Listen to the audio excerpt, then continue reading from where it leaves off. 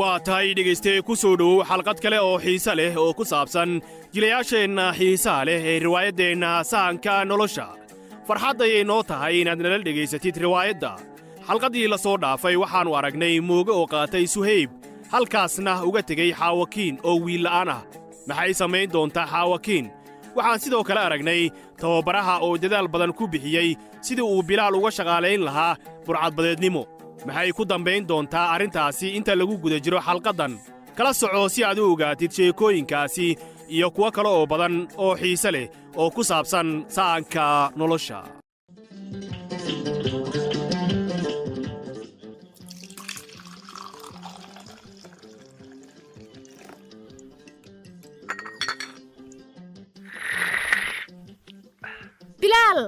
bilaal maxaad weli meesha ka qabanaysaa kaalay oo quraaco haddii kale iskuulka ayaad ka daahi doontaa bilaal malaha kaadha maaha haydhihin weli waan hurdaa iskuulka ayaad ka daahaysaa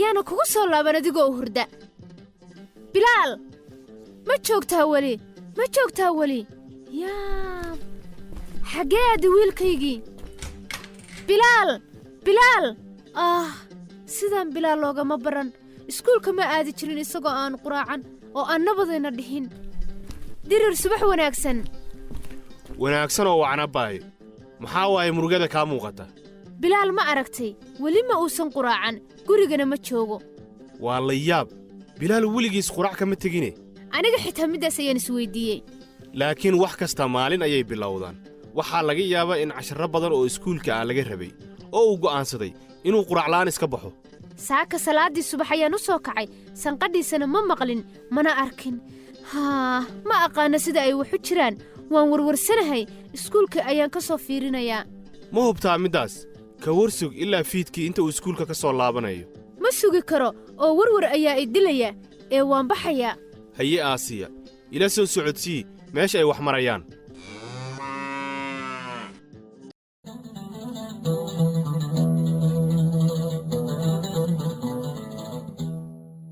mooge naga dhaaf madax adeega jooji yaaqey isii wiilkayga suhayb maxaan kuu siinayaa wiilkayga ma inuu keligiis iskoriye ayaad rabtaa maxaad ka waddaa inuu keligiis iskoriyo aniga ayaa koriya oo ka taxaddara waan gartay inaad jidadka burcadbadeedkaasi dirir ahaad la wareegtid ayaad ilma kuris u taqaanaa miyaa hadda xorriyaddii aad rabta oo dhanna waa ku siiyey mooge kaftanka dhaaf adiga ayaa bilaabay waxaan adigaa iska kee furay oo burcadbadeedkaas owgiis waan iska kaafuray sababtoo ah waxaad tahay nin xun dirirna shaqo kuma lahan hayahee aniga wiilkaygii waan qaatay sababtoo ah ma rabo in dirir uu iga duufsado oo burcadbadeed ka dhigo suhayb waa uu leeyahay hooyooyin badan iyaga ayaana guriga kula noolaan doona mooge waan ku baryayaa warkaas jooji hadda baan bilaabayba marka aan dhammeeyana waad ka shalayn doontaa sababtoo ah adiga ayaa iska kay furay war inleen anagaa wax aragnay marka ma waxaad ii iqaabaysaa furiinka aan iska kaa furay ma sidaasaa adiga sida aad doontid u qaado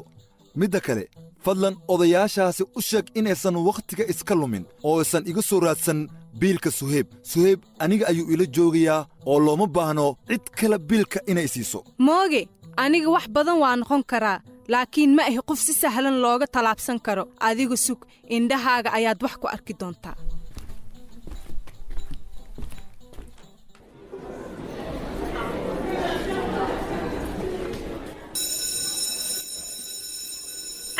maxaad ka waddaa bilaal iskuulka kuma arkin guriga ma joogo saaka subaxdii ayaan imid halkanna ma joogo maktabadda ayaan ka soo fiiriyey halkaasna ma joogo alla rabbiyow xaggee aadi karaa wiilku ma aqaana wallaahi markuu saaka guriga ka soo baxay kuma sheegin miyaa meeshuu aadayo iima sheegin guriga ma seexan miyaa xalay maxay tahay su'aasha noocaas ah dabcan guriga waa uu hurday bilaal ma qabo dabeecad noocaas ah mar kasta guriga ayuu seexdaa alla rabbiyow aaway wiilkaygii dadkan kuu soo weyddiin doonaa insha allaahu middaasii samee cawil marka aad aragtid u sheeg inaan raadinayey oo aan ku faraxsanayn inuu sidaas ii galo bal sugaan raadiyo tababaraha oo aan weydiiyo inuu arkayo in kale.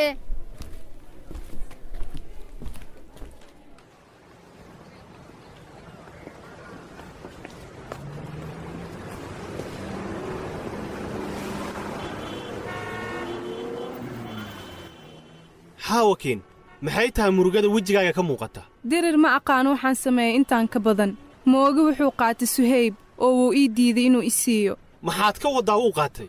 waxay isaga la tahay inaan wakhti badan bannaanada kula wareego adiga.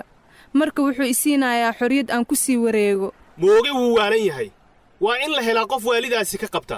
aniga ayaa la soo hadlaya. waa ku baryayaa sidaasa samaynin. waad og tahay dabeecaddiisa xun.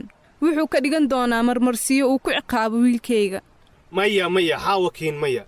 waa in la helaa qof u taga oo ka qabta waxa uu samaynayo. si caddaalad ah kuulama dhaqmaya ninkaasi. iska dhaaf adiga. aniga ayaa arrintaas jid kale ku xallinaayo. inaad mooga la macaamishaa waxay u baahan tahay inaad meel hoose isla gaartaan. ee ii dhaaf, anigaa u tegaya oo sidii 2 nin aan u wada hadlaynaaye. haye, laakiin mooge wuu madax adag yahay. aniguba waa madax adkay xaawakiin.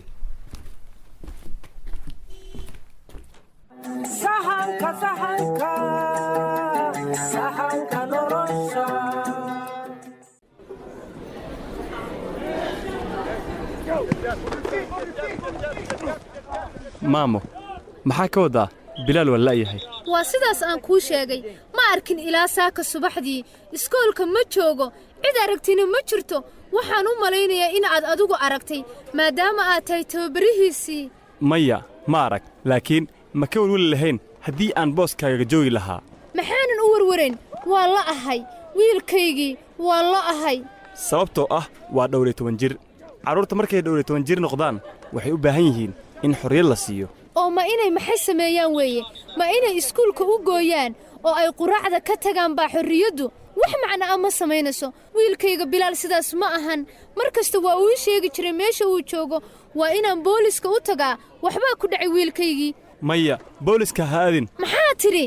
waxaan ka wadaa haddii aad booliska aadid hadda waxaa laga yaabaa in wiilkaaga dembiile loo diiwaangeliyo.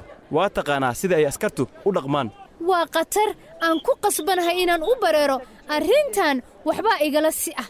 nabaday tababare. nacallaa shaydaan ku yaal. arrintan aniga ayay dadka u soo jeedinaysaa. weliba sidii aan qorshaynayey way ka soo hormaraysaa. nacallaa shaydaan ku yaal.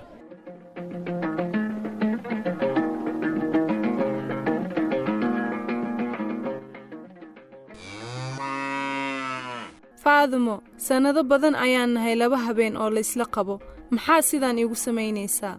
xaawakiin, waad og tahay inaan waxaan shaqo ku lahayn. mooge kala soo hadal oo ka heshiiya. mooge ima dhegaysan doono aniga. wuxuu ii qaabayaa furiinkaan iska furay ee wiilkayga isii. waxaa fiicnaan lahayd inaan ku siin karo wiilkaaga. laakiin aniga weli xaaskiisa ayaan ahay. qofka la furay waa adiga. ninkayga amarkiisa ma diidi karo. laakiin waad og tahay wuxuu samaynaya inay wax qalad yihiin. haa, waan ogahay. laakiin aniga boos iigama bannaana inaan ka hor imaado waxa uu ninkaygu rabo. wuxuu igu dhahay Suhayb iiga sii taxaddar ilaa amar dambe. aniguna sidaas ayaan yeelayaa. faadumo, sidee dareemi lahayd haddii uu sidan kugu samayn lahay adiga? dumarkeena waxaa laga rabaa inay garab isku noqdaan. waan kugu raacsanahay. laakiin furiinkaaga iyo dagaalka aad mooge kula jirtid ma aha waxaan ka bixi karo aniga oo aan u dhiman karo. xaawakiin, waan jeclaan lahaa inaan ku caawiyo, laakiin aniga ayayba tayda i haysataa oo mashquulsan. orod oo mooge la soo xaajo, kadibna u soo laabo wiilkaaga.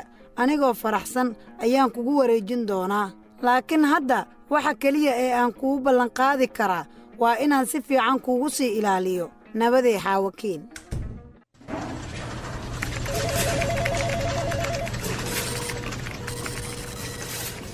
ma hubtaa waxaad sheegaysid?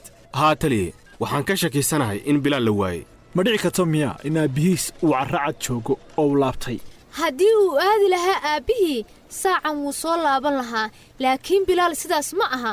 mar hore ayuuba ii sheegi lahaa meesha uu aadayo. anigiyo isaga sirnagama dhaxayso. horta cid kale oo la socon jiray oo maqan miyaa jirtaa? dadka kale ma aynan waraysan. bilaal bis ayaan raadinaynay. waan gartay. sugsug bal askartayda aan u diree. khayr ayay noqonaysaa insha allah. waad mahadsan tahay tawakal. aasiya, hal daqiiqo oo aan tawakal kula hadlo ma isiin kartaa waxaan rabaa inaan kala hadlo arrin ku saabsan kalluumaysiga haye waan sii soconayaa tawakal saaka subaxdii waxaan ku waabariisannay 2 dooniyood oo kalluumaysi ah oo maqan oo aniga iyo adigu waan ognahay waxay ka macno tahay arrintaasi kuwa burcadbadeedda ayaana qaatay ma u malaynaysaa in uu bilaal aaday burcadbadeednimo ma aqaano waxaan ku fikiro intaan ka badan doonihiina way maqan yihiin bilaalna waa la la'yahay bilaal waxa uu ahaa ciyaaryahan kubadda dheela Soomaha haa laakiin maxaa iska qusay arrintaas ma aqaano weli laakiin waxaan u malaynayaa in la joogo xilligii aan mooga u tagi lahaa si aan u fahmo arrin uu maalin dhaweed ka dhawaajiyey maxaa ma waxaad u malaynaysaa inuu ku saxnaa in tababaraha iyo guddoomiyuhu ay wiilasha u shaqaalaysiinayaan burcadbadeednimo ma aqaano waxaan ku fikiro intaan ka badan laakiin wax dhibaa kuma jiro in jawaabo loo raadiyo waa sidaas ila soo socodsii taliye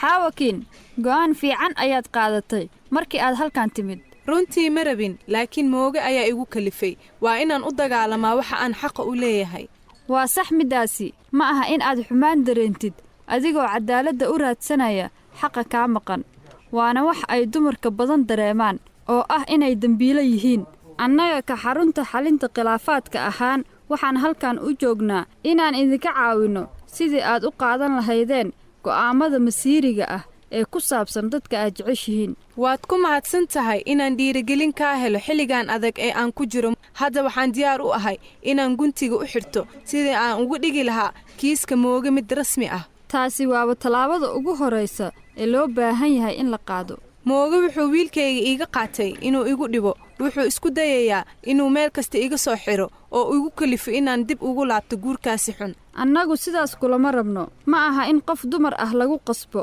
inay ku noqoto guur xun iyada oo la handadayo oo la qasbayo weliba annaga waxaan diyaar u nahay inaan ilaa tillaabada ugu dambaysa ku caawinno waad ku mahadsan tihiin inaad noqotaan tiir ay ku tiirsadaan dumarka sideeda oo kale dhiban adigaa mudan oo waan kugu ammaanaynaa geesinimadaada sababtoo ah haddii adiga aadan noo imaanin cabashadaadana soo gudbinin annaga waxba ma qaban karno marka waan kugu bogaadinaynaa in aad cabashadaada noo soo gudbisid cabashadaada ku aadan ninkaagii hore mooge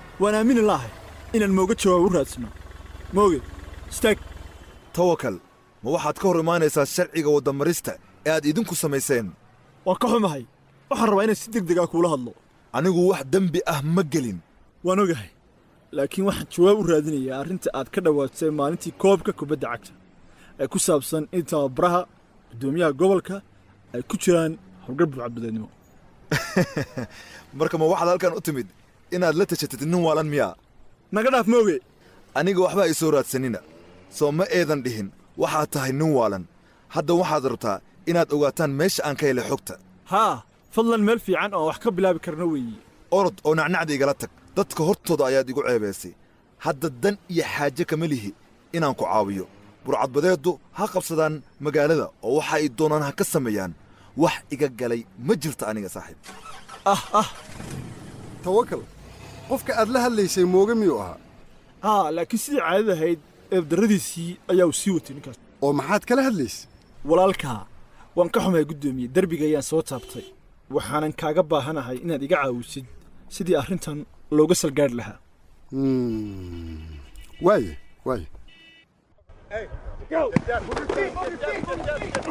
waan ku aamin laahay guddoomiye waa maxay su'aasha noocaas ah ee aad weydiinayso maxaad weydiinaysaa aniga walaalkaa ayaan ahay waan ogahay inaad tahay walaalkay waaba sababta igu kallifaysa in aan xaqiiqsado wax kasta waxaan ku leeyahay wararka la isla dhex marayo ee sheegaya inaad tahay madaxa cusub ee burcadbadeedda waa wax aad iyo aad looga xumaado marka haddaba waxaad aaminaysaa dadka warxumutashilka ah ee ku faraxsanayn inaan guulo ka gaaro kubadda cagta ee daaqsan calaa kulli xaal anigu waxaan raadinayaa jawaabo rasmi ah hayahee jawaabtaasi halkan kama helaysid aniga qof tuug ah miihi aniga miihi madaxa burcadbadeedda ma waxaad u malaynaysaa haddii aan ahaan lahaa madaxa burcadbadeedda inaan qoraxdan taagnaan lahaa oo sidan aan u dhididi lahaa sidii qof quustay oo carruur tababara soo meelahaas ma joogi lahayn oo kuma raaxaysan lahayn cabitaanno iyo hilib dheela ah. hadda ayaan aad kuu fahmay walaal.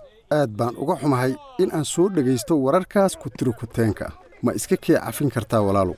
aniga ma aqaano siday wax iga noqdeen markaas.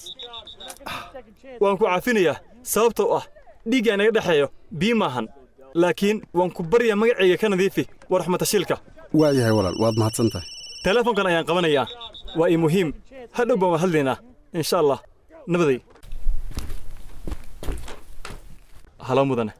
haa, howlgalkii labaad ayaa hadda socdo. haddaan kula hadlaayo waxay ku dhow yihiin markabkii weynaa si ay u soo gobayaan howlgalkii. haa mudane inaad ka wulaso looma baahno adiga. si fiican ayay wax u socdaan. haa mudane.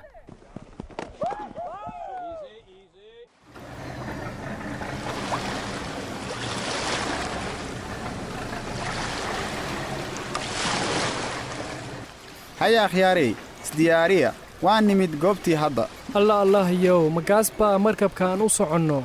aad ayuu u weyn yahay. haa bilaal, wuu weyn yahay. waxay ka dhigan tahay alaab fiican ayaa saaran oo lacag badan ayaan ka heli doonnaa. allah, laakiin wuxuu eg yahay mid khatar badan. annaga xataa khatar ayaan nahay. mudane, ma hubtaa oo diyaar baan nahay inaan sidaan samayno. sidee meeshaas ku fuuli doonnaa iyadoo aan nala soo xabadayn? nama soo xabadayn doonaan ee way noo degi doonaan. annaguna warkooda ma dhegaysan doonno. kor ayaan u fuuli doonnaa markabka. bal ka warran haddii ayna soo xabadeeyaan. hadda uun baan kuu sheegay, nama soo xabadayn doonaan. marka hadda nafis geli, wakhtigii ayaa la gaaray. iska kee cafi hooyo, arrintan darteen ayaannu samaynayaa si aan mustaqbal fiican ugu noolaanno. haya akhyaarey, ina keena aan fuulnay doontaas hadda. saar sallaanka markabka. istaag, halkaasaa soo dhaafiina. maxaan samaynaa mudane? waan sii fuulaynaa. ina keen bilaal, wakhti aan luminna ma haysanno. ha soo fuulina, haddii kale waan idin tooganayaa. socda, way faanayaani. socda, korkor u socda, korkor u socda. socda. waa digniintii ugu dambaysay ee aan idin siinayno. warkiisa iska dhiga tira.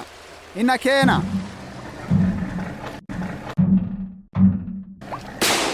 alla maya, alla rabbiyo hooyoy. allah, bilaal waa la toogtay. hore u socda. waan ka xumahay hooyo, iska kee cafi.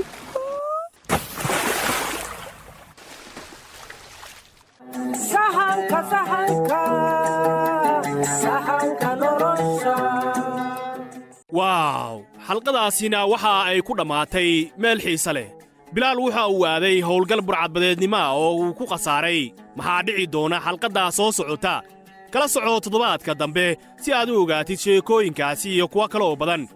intaa lagu guda jiro xalqaddan waxaan aragnay xaawakiin oo isku dayaysa inay wiilkeeda suhayb ay ka soo qaadato mooge. sidee u dhici doonaan sheekooyinkaasi toddobaadka soo socda? kala soco toddobaadka dambe si aad u ogaatid sheekooyinkaasi iyo kuwo kale oo badan. laakiin inta aan la gaarin arrimahaasi, hadda ma jeclaan lahayd inaad heshid fursad aad ku guulaysan kartid abaalmarin lacageed oo caddadkeedu uu yahay $250. haddii ay jawaabtaadu haa tahay, waxaan jeclaan lahayn in aad fikirkaaga aad ka dhiibatid su'aasha ku saabsan xalqadda toddobaadka. xalqaddii maanta, mooge waxa uu qaatay wiilkiisii suhayb. ma u malaynaysaa in xaq uu u leeyahay inuu sameeyo sidaas? haddii ay jawaabtaadu haa tahay, noo sheeg sababta. haddii ay maya tahana soo raaci sababta, si aad u heshid fursad aad ku guulaysatid abaalmarin lacageed oo caddadkeedu uu yahay $250. waxa keliya ee aad jawaabtaada noogu soo diri kartaa si bilaasha nambarka 354 ama 330 adigoo raacinaya magacaaga iyo meesha aad joogtid. waxaan xulan doonnaa dhegayste ku taxan barnaamijkeenna, waxaana guddoonsiin doonnaa $250. aan mar kale ku celiyo nambarkeenna bilaashka ah waa 354 ama 330. soo dir farriin si aad ugu guulaysatid abaalmarin. ballanteennu waa xalqaddaa soo socota si aan u ogaanno nolosha jilayaasheenna xiisaha leh ee sahanka nolosha.